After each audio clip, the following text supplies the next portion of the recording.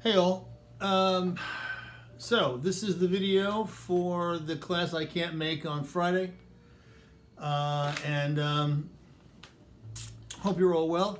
Hey, I hope you're all relaxing. Maybe it's the morning, you have some coffee, or the afternoon, you got some Red Bull, or in the evening, you've got some. And here we are. Anyway, so I want to talk about two short pieces that I emailed you a while ago, Negative Emotions and Popular Mechanics. If you've already read them, Negative Emotions is pretty straightforward, I suppose. Popular Mechanics, kind of weird. We'll get to that second. And again, this is the last time we'll be doing fiction, straight fiction, as opposed to nonfiction narrative, which I'm asking you to write for me. And again, I'm doing this because I think that, this whole notion of understanding the notion of telling a story as opposed to simply putting information down on a piece of paper or a screen to give information, to just inform someone is not enough. You need to be able to do more than that. It's college level. You're all smart people. You've been knocking around for a long time. You've been reading a lot of things and watching a lot of TV and seeing movies and talking to people and meeting professors and teachers and people. And you can do this. So let's get out of the funk of just, how many pages is it? When does he want it by? So here's two stories. The first one's Negative Emotions. First of all, if anybody's interested in contemporary literature, one of the things that's happening in contemporary lit is what they call flash fiction. There's other terms for it. They all escape me now, but that's the one I remember. And basically, it's writing fiction that is completely completed, but really, really short. It's sort of like what I asked you guys to do with The Screaming Comes Across the Sky. That ultimately is a flash fiction assignment. Some completed business, Lydia Davis, Negative Emotions, she's the queen of flash fiction these days. There are other people who do it, but she's the one who's really the epitome. She's got this book. I have this book of hers that's like really thick. There's like 1,000 stories in it, and they're all really short. The longest one is maybe 2.5 pages. The shortest is like a sentence. And it's an acquired taste. Sometimes you feel a little bit shorthanded, like, okay, what am I missing here? Other times you nod thinking, yep, everything you need is right there. It's just like a haiku in poetry, which is like 17 or 21 syllables. It works. You don't need any more than that. It's scaled down, chiseled down to just what you need. So let me read the story this way. You should have it in front of you. If you don't have these two in front of you, please stop the video and go get them. It's nice to have it in front to see what we're talking about. So I'll wait. Now I'm back. A well-meaning teacher, inspired by a text he had been reading, once sent all the other teachers in his school a message about negative emotions. The message consisted entirely of advice quoted from a Vietnamese Buddhist monk. Emotion, said the monk, is like a storm. It stays for a while and then it goes. Upon perceiving the emotion, like a coming storm, one should put oneself in a stable position. One should sit down or lie down, or one should focus on one's abdomen. One should focus specifically on the area just below one's navel and practice mindful breathing. If one can identify the emotion as an emotion, it may then be easier to handle. Well, the other teachers were puzzled. They did not understand why their colleague had sent a message to them about negative emotions. They resented the message, and they resented their colleague. They thought he was accusing them of having negative emotions and needing advice about how to handle them, and some of them were, in fact, angry. The teachers did not choose to regard their anger as a coming storm. They did not focus on their abdomens. They did not focus on the area just below their navels. Instead, they wrote back immediately declaring that because they did not understand why he had sent it, this message had filled them with negative emotions. They told him that it would take a lot of practice for them to get over the negative emotions caused by his message, but they went on. They did not even intend to do this practice, far from being troubled by their negative emotions. They said they in fact liked having negative emotions, particularly about him and his message. All right, so simple event, right? A teacher, a well-meaning teacher, is inspired by a Buddhist doctrine, urges his colleagues to alleviate their negative feelings by identifying emotion as an emotion and practice mindful breathing and other feel-good platitudes. The audience flips out. They're troubled by this. They liked having negative emotions, particularly about him and his message. It's a deliciously defiant piece.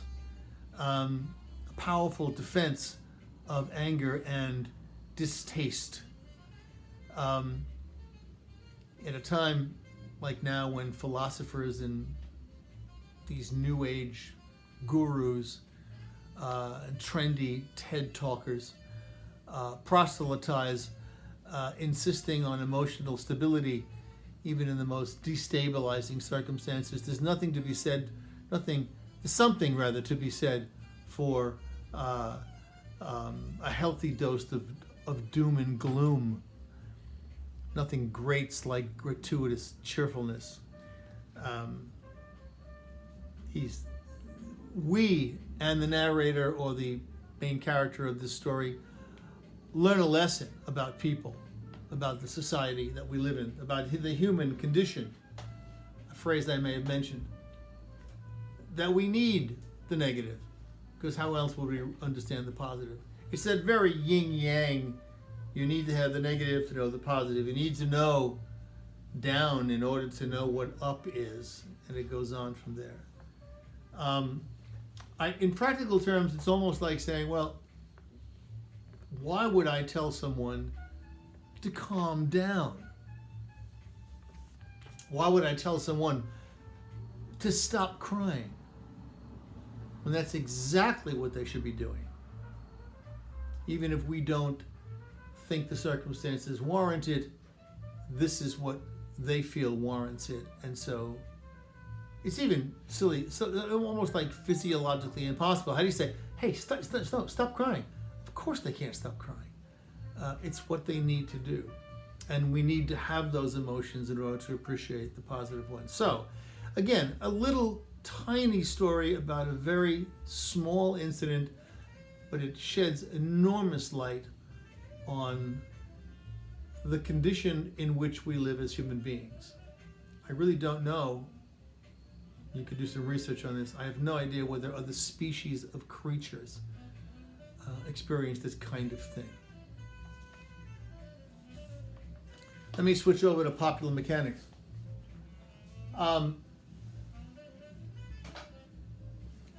Without getting into a big long thing, Raymond Carver, wonderful writer, died a few years back. He was short story writer. Wrote a couple of books of short stories, not novels. Always wrote about sort of middle class people to which spectacular or strange things happen. Extraordinary things happen to ordinary people, you might say. Anyway, and if you're looking for some good short stories, they're pretty good, actually. I would recommend him as well as Lydia Davis. I like Raymond Carver is really interesting. Anyway, the other thing to note about this kind of writing is there's something called situational fiction. And that term simply refers to a segment of a bigger piece. So if you can imagine, for instance, that you're all sitting on the bus or the train.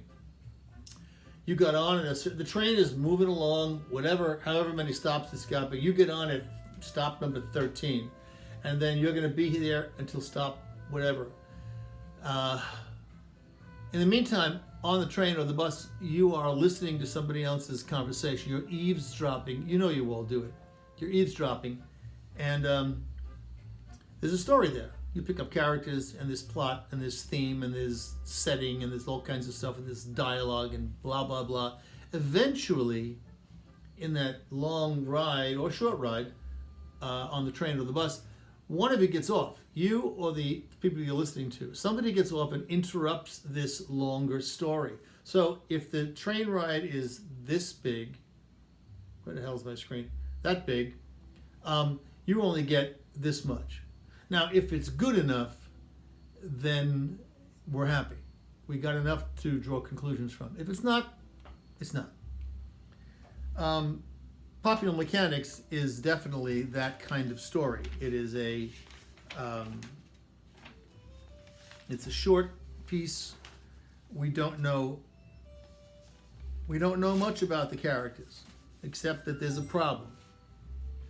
So let me read this, and I would ask you to pay attention to the language, especially the way the characters refer to the baby. We only have 3 characters. We got a man, a woman, and a child. That's all we got. And I'll just read it through. It's 1 page, right? Early that day, the weather turned and the snow was melting into dirty water. Streaks of it ran down the little shoulder-high window that faced the backyard. Cars slushed by on the street outside where it was getting dark. But it was getting dark on the inside, too. He was in the bedroom pushing clothes into the suitcase when she came to the door. "I'm glad you're leaving. I'm glad you're leaving," she said. "Do you hear?" He kept on putting his things into the suitcase. "Son of a bitch. I'm so glad you're leaving." She began to cry. You can't even look me in the face, can you? And then she noticed the baby's picture on the bed and picked it up. He looked at her, and she wiped her eyes and stared at him before turning and going back to the living room. "Bring that back," he said. "Just get your things and get out," she said. He did not answer. He fastened the suitcase, put it on his coat, looked around the bedroom before turning off the light. Then he went out to the living room. She stood in the doorway of the little kitchen holding the baby. "I want the baby," he said. "Are you crazy?" "No, but I want the baby. I'll get someone to come for his things." "You're not touching this baby," she said. The baby had begun to cry, and she uncovered the blanket from around his head. Oh, she said, looking at the baby. He moved towards her. "For God's sake," she said. She took a step back into the kitchen. "I want the baby." "Get out of here." She turned and tried to hold the baby in a corner behind the stove. But he came up. He reached across the stove and tightened his hands on the baby. "Let go of him," he said. Get away," she cried. The baby was red-faced and screaming. In the scuffle, they knocked down the flower pot that hung behind the stove. He crowded her into the wall then, trying to break her grip. He held on to the baby and pushed with all his weight. "Let him go," he said. "Don't," she said. "You're hurting the baby," she said. "I'm not hurting the baby." The kitchen window gave no light. In the near dark, he worked on her fisted fingers with one hand, and with the other he gripped the screaming baby up under an arm near the shoulder. She felt her fingers being forced open. She felt the baby going from her. "No," she screamed, just as her hands came loose. She would have it, this baby. She grabbed the baby's other arm. She caught the baby around the wrist and leaned back. But he would not let go. He felt the baby slipping out of his hands, and he pulled back very hard. In this manner, the issue was decided. Sorry, I dropped something. So, we get very little here. And, again, we get an incident. And, we as the readers have to decide what are we supposed to do with this incident. This is true of all the things that we read, novels and short stories and poetry, movies, TV shows. What are we supposed to make of this? I wish we could have a full class discussion of this, but just I think what might be useful for this small video I'm making is the process. See, here's the process that I would suggest, and this is up to you to decide. But we have the two people and the baby, and we know sort of what happens. So what is it that's being responded to here, and what are we supposed to respond to? So we know these two have had a baby. We don't even know if they're married. We just know that they have a baby. So let's just say, for the sake of argument, that they're married. It doesn't matter. Their author never tells us, but they're a couple and they have a child. And they're separating. And when there's a child involved, separation is always a more difficult, more contentious thing. And so we watch the way they deal with the conflict. The first conflict was these two are breaking up. And that was pretty easy to deal with. We deal with the idea that the two people are breaking up. You've seen it a million times on television, books, movies, everything. And so we get that. But with the baby, we're not sure what to do because we don't know what's going to happen. She picks up the picture, off she goes. He wants the baby, new conflict. They can't both have the baby. And so the major conflict is what happens to the child. Now, even that one sentence can be enough to sort of offer the major idea of the story. What happens to the children when mommy and daddy break up? Who suffers in divorce? The adults do. I mean, nobody likes divorce. I mean, sometimes they like being separated because it's not working. Nobody likes having to go through that. But they're adults. They'll get over it. It's all good in that sense. But the kids, some of you in my class, all the students I've taught over the years, some students have come from homes where the parents have split up. This is not an uncommon thing, unfortunately, in this country, in this century. So the obvious thing to focus on is the child. And then because of the nature of it being a situational thing, it stops. We don't know what happens after that. As a matter of fact, the nature of the end of the story sounds terrible. It sounds violent. It sounds like the baby has been sort of ripped apart or at least hurt in some way. Now, without putting too fine a point on things, there is this thing called allusion, A-L-L-U-S-I-O-N, not illusion. Illusion is when you see something that's not there. Allusion is when an author or a writer of any kind makes a reference to something that he or she wants you to know about in order for you to understand the story better. In this case, the obvious allusion is to the biblical story of King Solomon. If you don't know the story, very simply, two women both have babies at the same time. One of the women's babies dies right away, and she's distraught, and so sometime during the night she goes and she switches babies, or something like that. Yeah, she switches babies.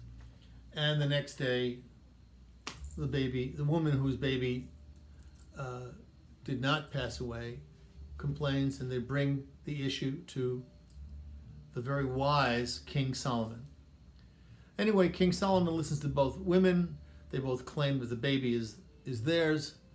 And so the king says, well, fine, give me a sword, I'll cut the baby in half, and you can have this half, and you can have that half. And he waits, and the woman who is not the mother says, fine, yeah, go ahead, do it. Cut it in half. Good. That's even, that's fair. And the woman whose baby it is says, no, let her keep the baby. And Solomon, being so wise, obviously figures out that that's the mother who would never want to see her baby cut in half. And so he gives the baby to the rightful mother. Now we get that allusion in this because it seems as if this is some sort of bastardization of a breaking of the baby to give sort of justice between the two of them. They can't both have the baby. And so it brings up the question, not the answer, to what happens to the children when mother and father break up.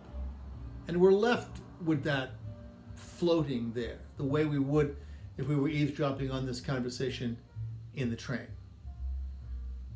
And there you go. But it brings up important questions. Again, part of my mantra to you guys is that you don't always have to have the answers for your essays. Sometimes you can bring up good questions. We need to think about these things.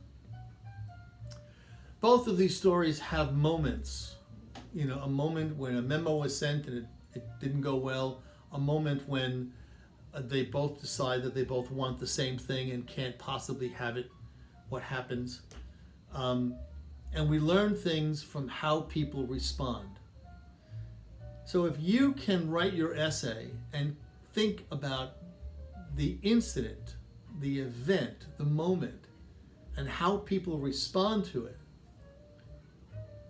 we can understand ultimately what your point is without you having to hit us over the head and tell us. That's it. End of story. There's more things to talk about. We could talk about a lot of these issues, for a while. But that's one way of looking at it. And please don't misunderstand. I don't want you to think that I'm giving you the only way to look at this. I was sort of just trying to offer you, my mental process and how I look at stories and how I try to make sense out of them. Books and movies, stories, plays, whatever. Anyway, enjoy. I'll see you all on Monday. You have the assignment. Any questions, let me know. Everybody be well, be safe, stay well.